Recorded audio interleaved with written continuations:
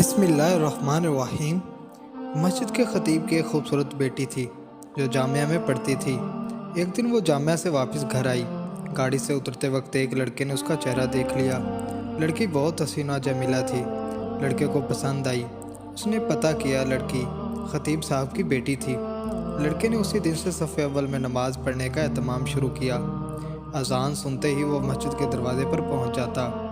नमाज तक तिलावत कुरान में मशगूल रहता था।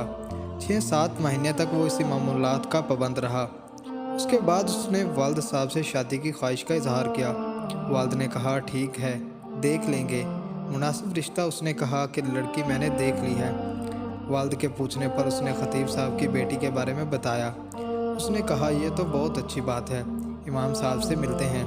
हमारे दीन महल्ले के साथ इमाम साहब की खिदमत में हाजिर हुए। इमाम ने लड़के के बारे में पूछा। उन्होंने इसी लड़की की तरफ इशारा किया।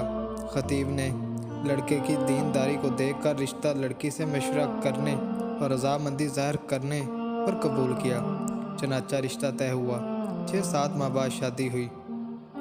शादी के कुछ अरसे बाद लड़के ने नमाज पढ़ने में सुस्ती शुरू की। 1-2 माह बाद लड़के ने दाढ़ी काट दी। घर आने पर लड़की ने सख्त नाराज़गी का इजहार किया।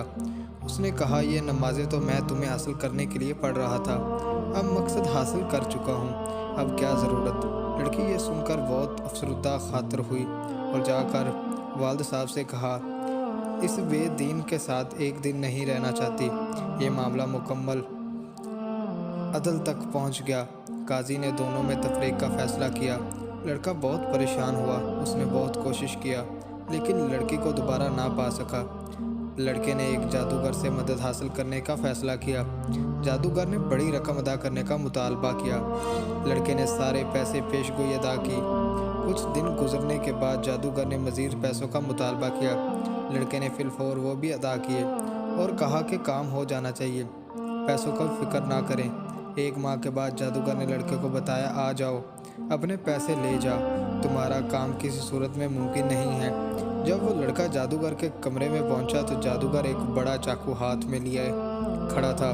लड़के ने हैरत ज़दा अंदाज में पूछा ये क्या कर रहे हो। जादूगर ने कहा मुझे कत्ल कर दो वरना दोनों कत्ल कर दिए जाएंगे। लड़के ने कहा मैं ये नहीं कर सकता, लिहाजा मेरे पैसे दे दो। उसने पैसे दे दिए।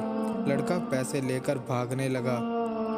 असना पुलिस वालों ने लड़के को परेशान हालत में भागते हुए देखकर गिरफ्तार कर लिया। पैसे जब्त कर लिए। लड़के के तवस्त से पुलिस जादूगर तक पहुंच गई। जादूगर ने पुलिस को कहा मार डालो, मैं मरने वाला हूं, मुझे वो नहीं छोड़ेंगे। पुलिस ने दोनों को काजी के पास ले गए।